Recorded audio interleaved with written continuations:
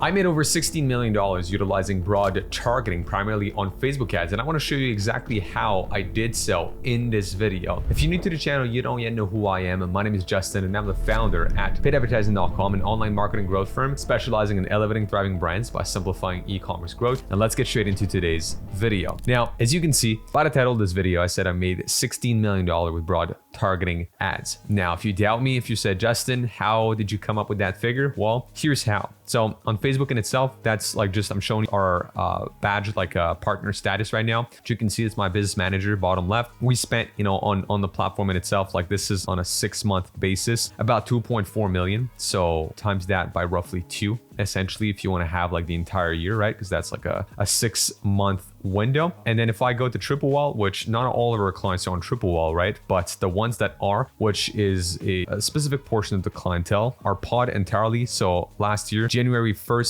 2023, all the way up to now, the time of recording this video, which is end of March 2024. Overall average ROAS on Facebook is of 3.42. So just did some simple math. Our 6-month ad spend times 2 times 3.42 equals a rough $16 million made through broad targeting ads, because pretty much all of our accounts are using broad targeting. Now, if I scroll down, this is because creative is the new targeting. I keep saying that in recent videos. I keep saying that in recent posts, but seriously, the one thing that matters on your ad account are the components of your ad concept. Now, your ad concept is doing the targeting for you. Facebook will look at what is within your ad. They'll look through the words used. They'll look through the emotions in the ad, to the character/demographics of that person on the ad. They'll utilize all of these components and feed that to their algorithm to go ahead and find you people that are most likely to interact with this app. And I think a lot of people have trouble understanding that. I had a conversation over DMs the other day with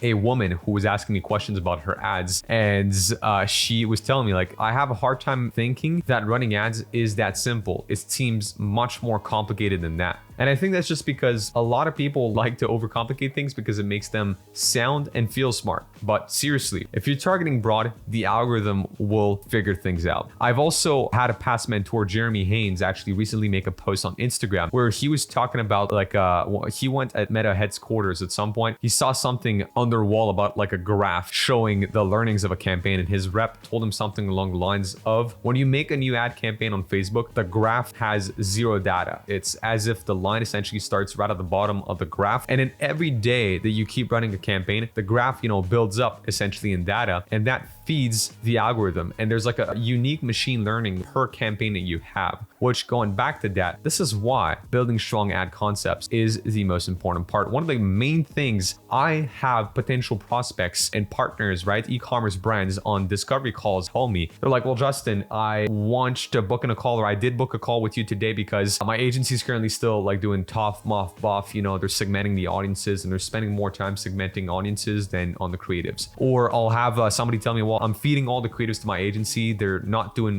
involved at all creative wise. They don't really give us ideas. Sometimes they'll send us inspiration, but like we feed everything to them. There's absolutely no strategy coming from them. I'm like, all right, let's talk about creative. So the way you build a strong concept, you got to first dissect each part of a concept. So if I look into the components of an ad concept, first of all, you have, and I'll try and make that as big as possible for you guys to see, but you have a let me put that actually a little smaller, mass market desire. It's one of the first components of having a strong ad concept, because having a good mass market desire will mean that your ad will resonate with a broad enough scope of your audience. Meaning, if you have too small of a desire, I've mentioned that I think in previous videos, but if you're selling like a skincare product, right, skincare lotion, if your mass market desire is something along the lines of, I want to find an effective solution for my skin designed for women who hike in high altitude climates. That's quite like a very, very narrow desire. Let's just put it that way. Whereas if you want to advertise the same lotion and say, like, I want to feel more confident in my own skin, it makes a lot more sense, right? So you need to have a mass market desire that is scalable. And this is seriously one of the leading cause for ads failing at scale. A lot of people will confuse creative fatigue with a poor choice of a mass market desire. They'll build like an ad concept and then they'll put quite a narrow desire around that. So then either if you let more time pass where your ad is just continuing continuously being shown to more people with the same budget, then you'll quickly saturate the amount of people who can realistically be moved by this desire or angle within your ad. And the second thing is when these people start putting more money towards their ad, same thing happens, right? More ad spend is pushed, Facebook is forced to find you more people, it can't, so then results plummet. So that's usually because of a poor choice of a mass market desire. Now, where people sometimes confuse mass market desire, and I'll put that as like a second component of a strong ad, it's gonna be the angle, which I'm not able to write it right now. Actually, let me just get some time right now to make a header perfect. So the angle of the ad. Okay, the angle is also quite an important component in itself. But Justin, isn't the angle the same thing as a mass market desire? No, not at all. Completely different, right? Because going back to what I had just said earlier, if you think about, and I'm trying to think of different ways to portray that, but the same way that we could talk about like feeling more confident in my own skin and I'm advertising a skincare product, gazillion ways I could advertise that, right? I could show somebody waking up in the morning utilizing the skincare product in their day-to-day routine. That's one angle, right? I could also show the same person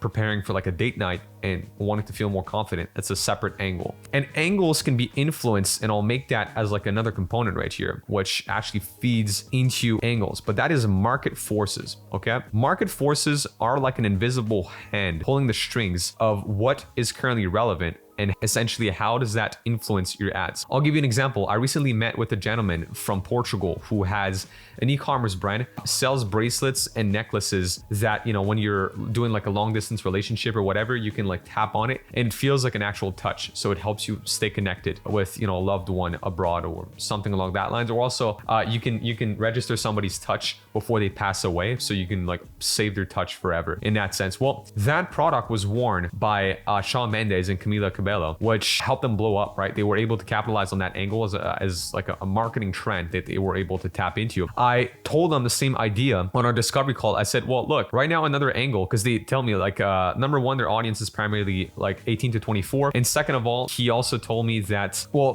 based on that audience, I assume that a lot of that audience was probably going to be female buying this product, which seemed to be the case. And then I introduced Taylor Swift. I'm like, hey, look, you said it, one of your main like feedback point from your consumers right now is that they buy it as like friendship bracelets, right? It's not even for lovers anymore, like friends just want to stay in touch. And he's like, yeah, that's like been one of our strongest angles right now. And like that, you know, seems to be working great. I'm like, okay, so woman 18 to 24, buy your bracelets as friends to stay in touch. Who else can you loop into this trend? What market force can help you positively move your ad, right? Well, the mass market desire is still the same. At the core is I want to stay in touch with my loved ones. Would a loved one be, you know, a grandparent, a friend, a lover, whatever it is? Same mass market desire, many angles, right? Angle could be you want to stay in touch with your grandma, you want to stay in touch with your lover, you want to stay in touch with a friend. Completely different angles for a same mass market desire, all again contributing to building an ad concept. Market force, Taylor Swift. Everybody, you know, every Swiftie going to her concerts, right? They're quite young, 18 to 24. Friendship bracelets are a great gift, right? They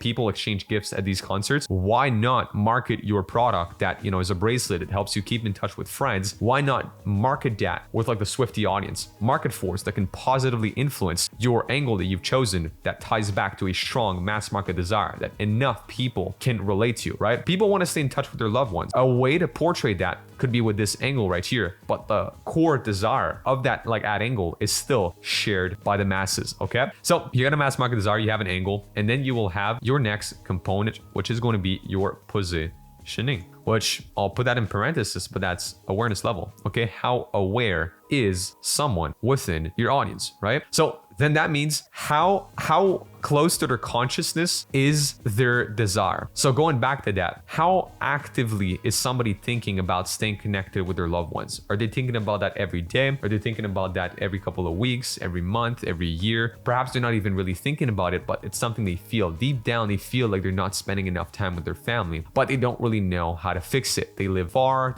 right? Those are all, I'm thinking in ad angles or in positioning as of right now. So positioning is how aware someone is. Are they unaware? Meaning, why is it that I can't make enough time to see my family? Or how could I stay in touch with, you know, my friend? Actually, that's more problem aware at this point. But yeah, a lot of why questions, why or how, but why is it that I'm not spending enough time with my family again?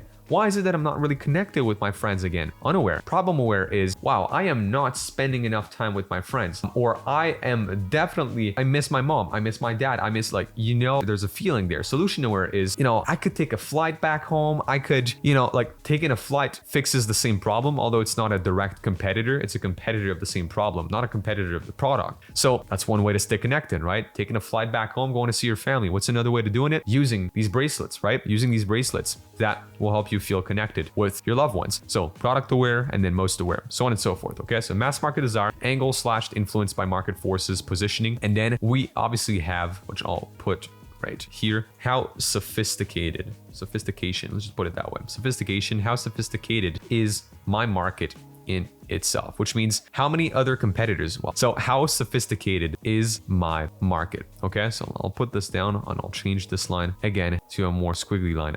This makes more sense. How sophisticated my market is. So how many competitors are out there? How many other products have my audience been exposed to? Both competitors in the same product type or competitors of fixing the same problem. I said it again, what are ways for me to stay in touch with my loved ones? Well, I could take a flight, I could go on activities with them, I could drive to them. There's a gazillion ways, again, that you can be doing so, okay? That's a competitor that fixes the same problem, or a competitive solution, if that makes sense. And then you have competitors of the same product. How many other bracelets or necklaces or anklets or whatever it is that helps them feel connected, right? How many other ads have they seen of similar products? Maybe they have, maybe they haven't, which helps you also weave that into your market's positioning and messaging, right? Because that in itself, that changes every couple of weeks, every couple of months, perhaps every couple of years. Why? It depends of how fast, like, the market moves as a whole.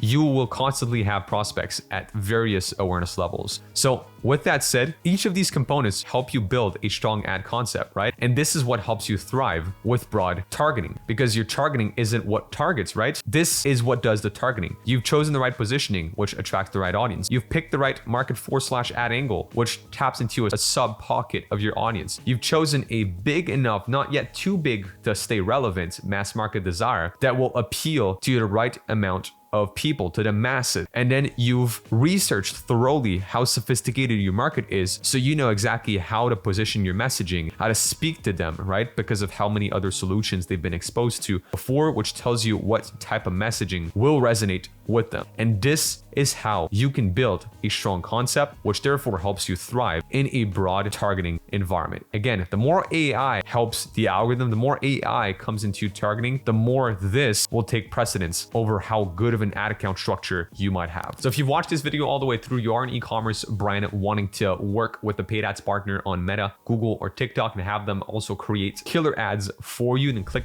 the link down below and book in a call to speak with our team at paidadvertising.com today. And on that note, if you just want to learn how to run your own ad campaigns and you want to have some form of mentorship, then also check out the link down below to join our school community where we can help you do this. On that note, if you want some more free content, then check out this YouTube channel. Tons of content to help you out. Over 980 videos at the time of recording this video. So you definitely will find something useful out there. I'm going to wish you an amazing day and I'll see you in the next one. Peace.